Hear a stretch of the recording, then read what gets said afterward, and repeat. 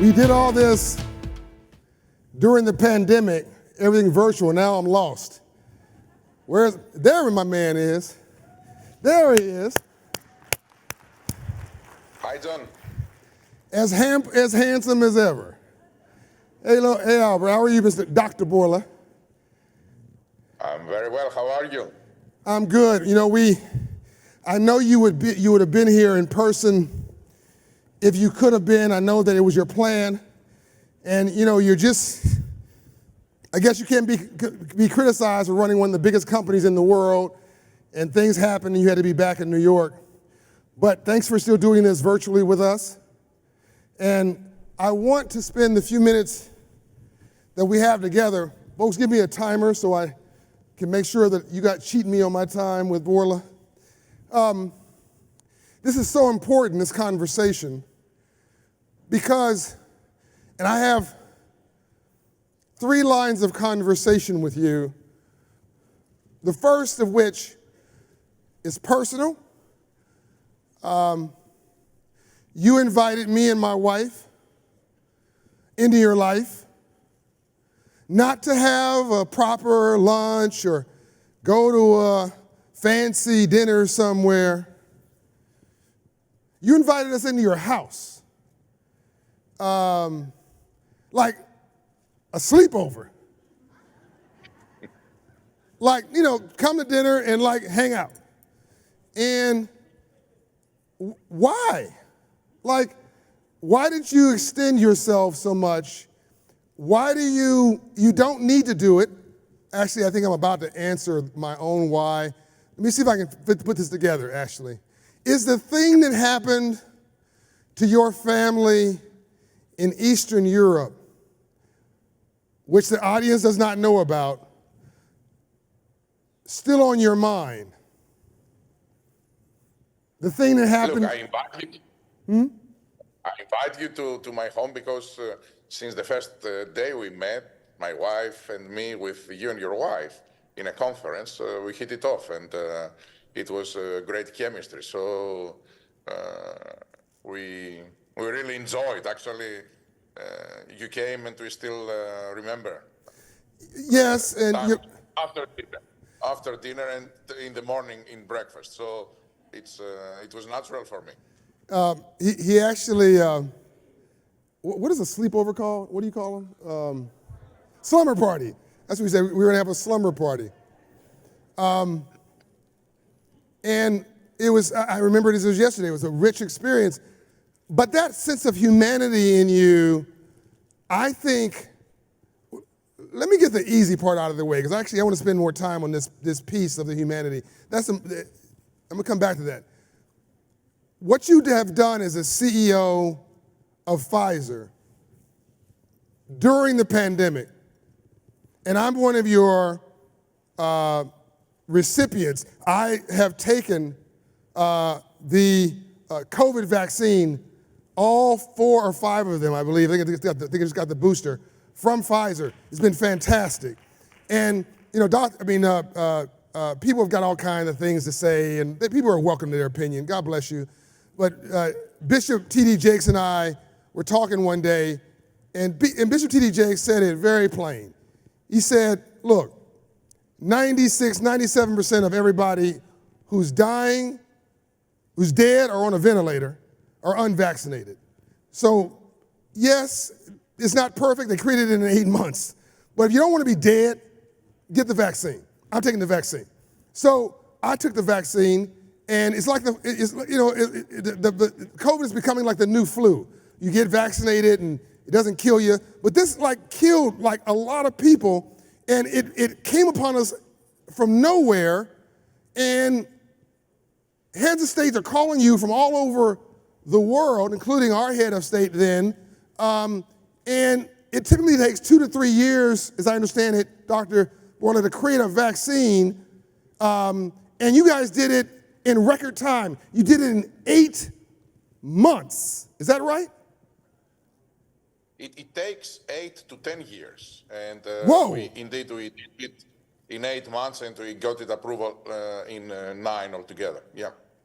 And I think that you deserve the Nobel Peace Prize. I just do.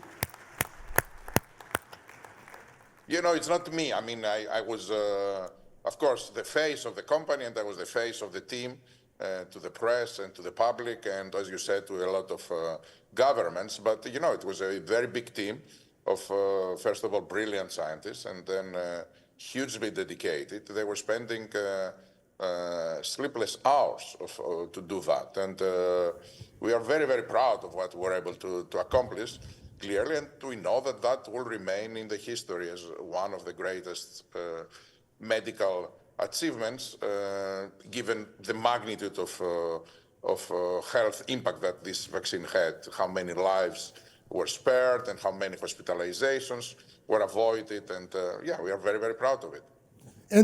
And so, yes, so to come to, so now you're getting calls from heads of state and our president and people all around the world, and I'm gonna come back now to what that was like, but now I'm gonna come back to the personal so you understand why I think this man and his life's trajectory is so incredible.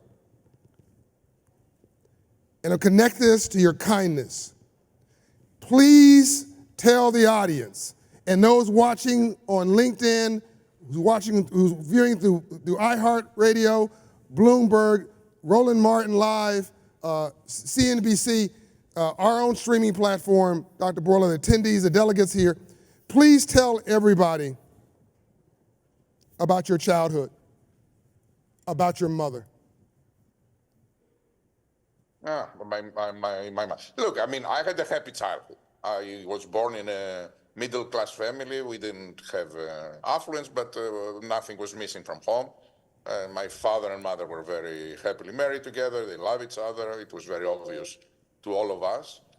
I'm sure you are referring to the fact that both of them survived the Holocaust, and particularly my mom was the one that was in hiding because we are Jewish. And she was eventually arrested, and then a Christian relative of ours paid bribes to the Nazis to make sure that they will not execute her, because it was towards the end of the world, so they were not sending any more people to Auschwitz from Greece. And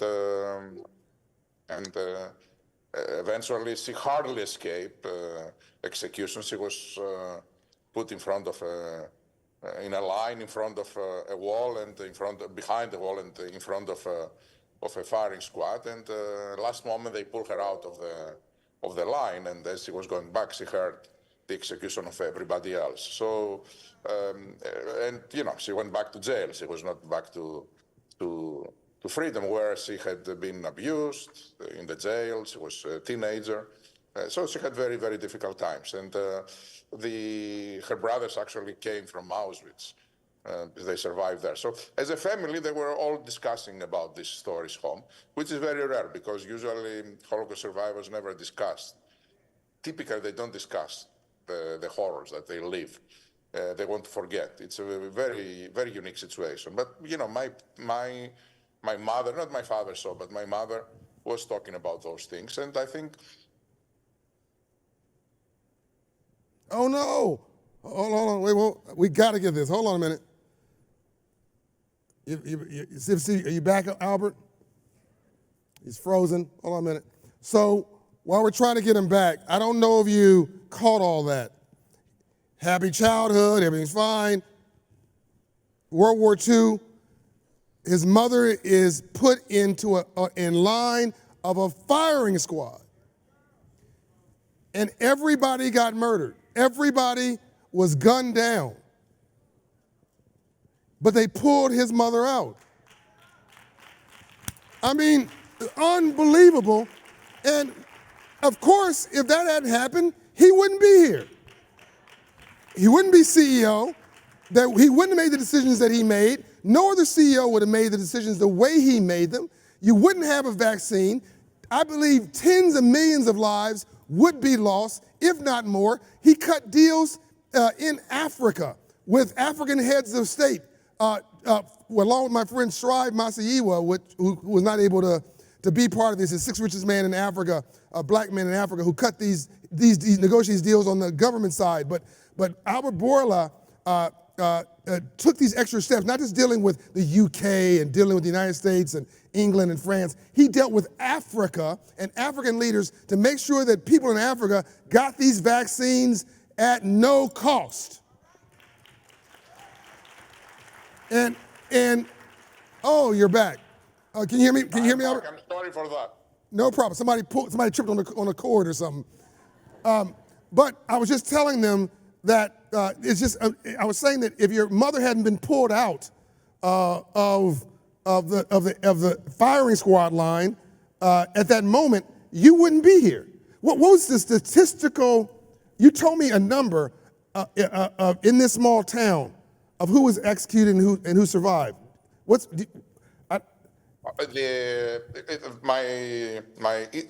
not a small town actually. It's the second largest city in Greece, Thessaloniki, and it had the largest Jewish community. The extermination was very high. 96% was exterminated, were killed. So 4% survived.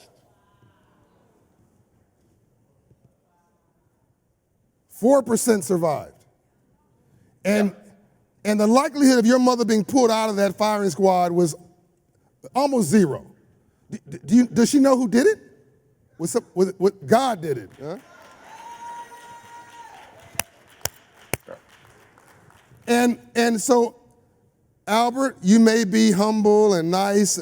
I think one of the reasons that you are always looking out for the underdog, why you reached out to those leaders in Africa, why you gave them a deal on the vaccine, why you made sure that the wealthier nations allowed you to pay for the poorer nations for the vaccine, why you're always visible in communities, why you care about people like me and others who are left behind, why you made sure that Operation Hope was on your factory floor helping your working class workers at Pfizer with financial coaching. You didn't have to do it. You did that because you remember what it's like to be invisible and what happened to your family and how, but for the grace of God, there goes you. Thank you for saying that. I think, clearly everyone is who he is or she is because of the personality that mainly is built in the character during the early days and of the life of an individual. And the family plays a key role. I'm sure for the good or the bad, my family shaped me and who I am right now. So everything that I was able to, and not everything I have done well in my life and good, but those ones, I'm very proud of the things that we did. And clearly, I think my mom and dad played a role. And you're paying it forward. So tell us, Yes. Tell us a little bit, we have a couple minutes left. Tell us a little bit about, let's fast forward now. By the way, did your mother get a chance to see a lot of your success while she was alive? She was happy to see the birth of my two kids, and I think that was the most important for her. Yeah. She passed away when they were two. So my father, unfortunately, passed just months before they were born, so he wasn't able to see them. That's all right. He's watching now from heaven, Albert. Don't worry. I'm sure both of them. And you now take this role. You're CEO of one of the biggest companies in the world, and you have these heads of states calling you. What was that pressure like in 2020? And what can you share with us about a couple of those experiences and how you handled it? No, the pressure was very high because it was, if you all remember, it was dark days. People had lost hope. We were thinking that the civilization of humans, the way we know it, is in danger because of the pandemic. And there were not much that were happening in order that could provide hope. Vaccine was by far the most important thing, but we didn't know if that would be successful. And so the pressure, if you are driving a major project, that you know that its success is not going to mean success for Pfizer, it's going to mean survival for the world, it was very, very high. Now, the fact that after the vaccine was developed and it was successful. This is also when it started the whole big project of being able to manufacture enough so that the whole world will have. Pfizer was manufacturing 200 million doses of vaccines pre-pandemic per year. That was the peak of the volumes we were making. During the first year of the pandemic, we made 3 billion doses of one vaccine Whoa. that we never manufactured before. From 200,000 to 3 billion? From 200 millions to 3 billions. 200 million to 3 billion. Yes, and the vaccine that we made, 3 billions, the first year, it was not a product that was ever manufactured before. Actually, there was no an mRNA product manufactured before. We were literally built the manufacturing facilities to make it while we were trying to develop the vaccine. We did it at risk. So in case we were successful with the vaccine, we would be ready to manufacture it immediately, which we were successful. So that created, of course, a lot of pressure to a lot of people. And I was the recipient of a lot of pressure, at least from the outside. So yeah, it was a quite demanding period. So you're getting the President of the United States and the Prime Minister of this country calling you every day, basically? Not every day. Every day someone would call. Not everybody was calling every day. But a lot of people will call, and because they were worried about their people, right? And they had responsibility for the health of their constituents, and they were trying to find out when they can receive vaccines, when the vaccines will be ready, how they receive them. This was the main discussion topic that I was having with them. And meanwhile, your team, this is all a case for optimism, by the way. All this is about choosing to be positive, choosing to see the glasses half full, choosing to be part of the solution, even when the headwinds are coming at you. And everybody tells you this cannot be done. They're telling you that it's impossible. They're criticizing you. He's doing it anyway. And so your team's under pressure underneath you. They're under intense pressure. You're getting pressure from the outside. Meanwhile, what did you do to help underserved countries, Africa, Latin America, and other places, to make sure that they had the vaccine? The first thing that we did was to try to make enough for everyone. And as I said, we were able at the end of the first year to have 3 billion doses. The second is we priced it at tier pricing. So the high-income countries received the product. It was the cost of a takeaway meal during the pandemic. The middle-income countries, half of that cost, and the low-income countries, we gave it at manufacturing cost. But because we knew it's not going to be enough, because some of the countries, they couldn't even afford to pay for their entire population at once the manufacturing cost. We did an agreement with the Biden administration, and the US government bought a billion doses from us. They bought it at cost. So we didn't make money, we didn't lose money. And then they offered them completely free. So through this agreement that we did with the US government, basically the vast majority of all the low-income countries and a very big part of middle-income countries received offers to get the vaccines completely free, zero cost. And so some people will say, oh, well, this is wrong or that's wrong or whatever. Well, you go try to create a vaccine in 8 months. I mean, I want to, again, I like what you're doing much better than what other folks are not doing. You're an honest broker. You did the very best you can. You saved, I believe, hundreds of millions of lives. And I'm personally honored to have Pfizer in my body, your vaccine. You allow me to travel the world safely. I've been to 100 countries. I've never been sick. In 31 years, I've never been sick. I am not casual about my health. I'm very paranoid about it, and I trust you with my life. Ladies and gentlemen, please thank Albert Bourla.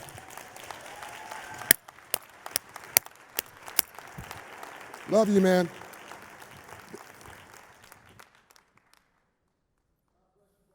Great, Dad. I know you got to go back to saving the world, and we will catch you live and in Atlanta next year.